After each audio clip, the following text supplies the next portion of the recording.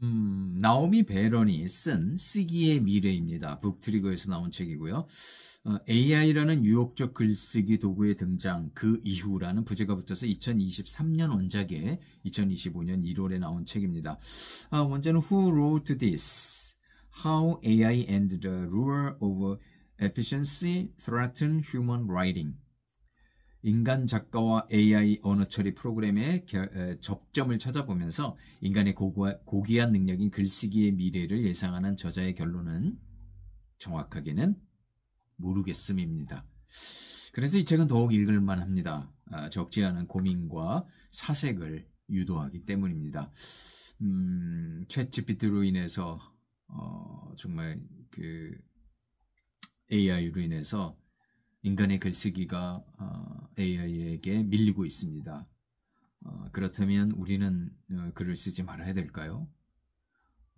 과연 쓰기의 미래는 어떻게 될 것이며 또 책의 미래는 어떻게 될 것인지 너무나 궁금하고 저 같은 독서가 입장에서는 책의 미래, 책의 존재 이런 것들이 너무나 궁금하기 때문에 이 쓰기의 미래 역시 이 나오미 베론의 이 글이 큰 사색을 하는데 도움이 되었습니다. AI 때문에 인간의 선의가 힘을 발휘하지 못할 가능성이 큽니다. 의료나 법 등 AI와 인간의 판단이 다르다면 어떻게 할 것인가? 엄청난 전력을 사용하는 AI를 개발, 보유한 거대 기업의 영향력은 점점 더 커질 것입니다. AI는 오류, 편견, 독설, 허위 정보로 가득하고 사생활 침해 문제도 일으키죠. 1970년 마사히로 모리 로봇공학과 교수는 인간을 닮은 로봇에 대한 친밀감이 멈추는 순간을 불쾌한 골짜기라고 불렀습니다.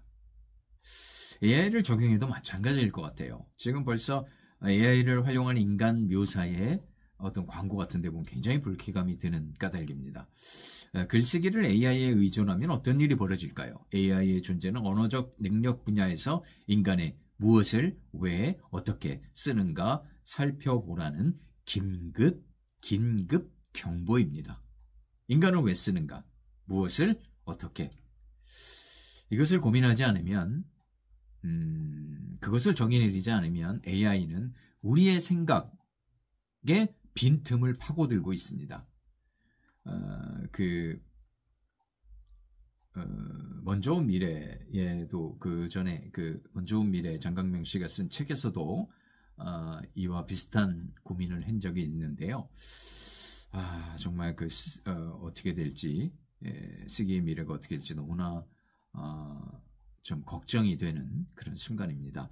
쓰기 문화가 인간 사회에 도입되면서 새로운 형태의 지적, 사회적 사고가 분출되었죠. 독서는 인지적 이득을 주지만 영상은 인지적 이득의 감소를 부리죠. AI 생성물의 저작권이나 그것이 문제가 되었을 때 책임 소재가 아직까지는 불분명합니다.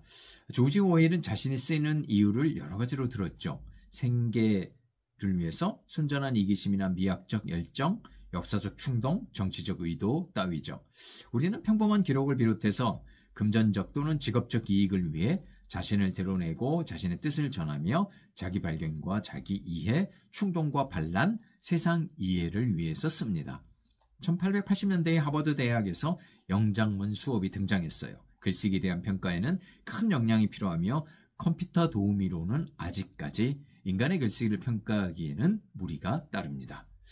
1936년 앨런 튜링은 자신의 논문에서 컴퓨터를 상상했고 1951년 세계 최초로 대형 범용 디지털 컴퓨터가 등장했으며 1955년 미국 다트머스 대학에서는 인공지능 AI라는 용어가 처음 등장했습니다. 언어, 정보, 시각, 게임, 과학, 글쓰기나 음악과 미술 같은 창의적 직업에서 AI는 벌써 적용되기 시작했습니다. 1960년대 말 미국 스탠퍼드 연구소에서 세계 최초의 AI로 움직이는 로봇이 공개됐고 1959년에 아서 세미올이 머신러닝 이름을 창조했습니다. 자연어 이해에서의 이 이해는 인간처럼 이해하는 건 아니죠. 1940년대에 기계 번역이 시도되었고 1980년대 말에는 AI 번역기를 만들기 시작했습니다. 놀라운 기계 번역은 젠더 구분 등에서 경악할 수준이지만 꾸준히 진화하는 중입니다. 1953년 영국에서 컴퓨터가 세계 최초로 텍스트를 썼습니다. 카피라이터보다는 카피 디렉터가 필요한 시대죠. AI를 이용한 뉴스 작성은 2007년경부터 시작되었고요. 이후 언론사 직원들의 해고는 필연적이었습니다. 상당수의 변호사들은 AI로 초안을 작성한 후에 사후 편집자로 변신할 예정이고요. 문학이 인간 번역의 마지막 보류가 될 것인지는 좀 더 지켜봐야 되겠지만 머지 않았다는 생각을 떨칠 수가 없네요. 인간의 창의성은 IQ, 유전자, 시대정신, 인성과 마음가짐에서 나오지만 IQ나 유전자는 좀 미심쩍은 게 사실입니다. AI가 쓴 소설이 부커상이나 또 혹은 노벨문학상을 수상할지도 모를 일이죠. 물론 그렇지 않을 수도 있습니다만 어찌됐든 AI가 쓰는 소설은 하루에도 수십만 개, 수백만 개가 나올 수도 있고 점점 정교해져 가고 있습니다. 인간이 쓴 글과 AI가 쓴 글이 이제 머지않아 비슷해지거나 오히려 AI가 쓴 글이 더 훌륭하게 느껴질 수도 있는 시대가 다가오고 있습니다. 아직 AI가 생각과 감정을 갖기에는 이른 시기이긴 합니다. AI는 결국 인간의 동반자가 될 것은 너무나 분명한 사실입니다. 철자 체크, 단어 예측, 문체 검사기 등 사소한 오류 정리나 이메일 자동 생성기 같은 용도의 AI는 지금도 꽤나 유용하게 사용되고 있습니다. 챗GPT 텍스트의 저작권은 누구에게 있는 것인지 아직 확실하지 않죠.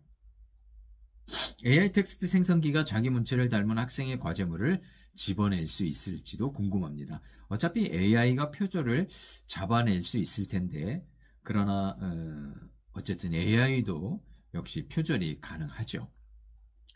AI는 인간의 글쓰기에 힘을 보태는 중입니다. 위탁에서 협업까지 또는 공동 창작도 가능해졌죠. AI는 하급 동업자여야만 하지 인간이 하급 동업자가 되어서는 안 되겠고 인간은 모든 지위를 맡아야 합니다. 키보드로 쓰는 것보다 손으로 글을 쓰는 게 인간 지적 발달엔 더 효과적인 것을 감안한다면 AI 도우미 역시 인간이 통제하면서 자신만의 쓰기 스타일을 포기하지 말아야 하겠습니다.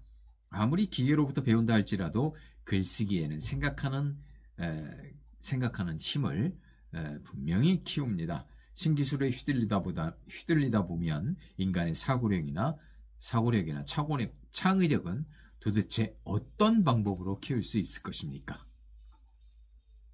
AI 개발의 화두는 증강이지 자동화가 아닙니다. 인간의 삶을 개선하는 것이지 대체해서는 안 된다는 의미입니다. 모든 영역에서 힘을 발휘하는 AI에 맞서 인간은 쓰기의 미래를 어떻게 맞이할까요? 쓰기의 미래 역시 넓은 바다를 항해하는 것처럼 불안해 보입니다. 인간의 글쓰기는 마음을 날카롭게 벼리고 타인과 이어주는 마법의 겁이지만 우리는 글쓰기에서 점점 멀어지고 있습니다. 쓰기의 미래, 흘러가는 대로 내버려 두어서는 안 되겠습니다. AI에 현혹되거나 경외심에 사로잡혀 인간의 글쓰기 가치를 버리지 말라고 저자는 계속 당부하고 있습니다. 인간의 마음을 다스리고 훈련하고 단련시키는데 글쓰기만 한 게 없기 때문입니다. 글쓰기는 인간의 고귀한 능력이고 자아 발견을 위한 기림을 다시 한번 되새기면 좋겠네요. AI에 맡기는 인간의 글쓰기, 인간의 사고력과 창의력을 도대체 무엇으로 키울 수 있을까요? 나오미 베로는 이 쓰기의 미래에서 확실한 쓰기의 미래가 어떻다고 제시하지 않습니다.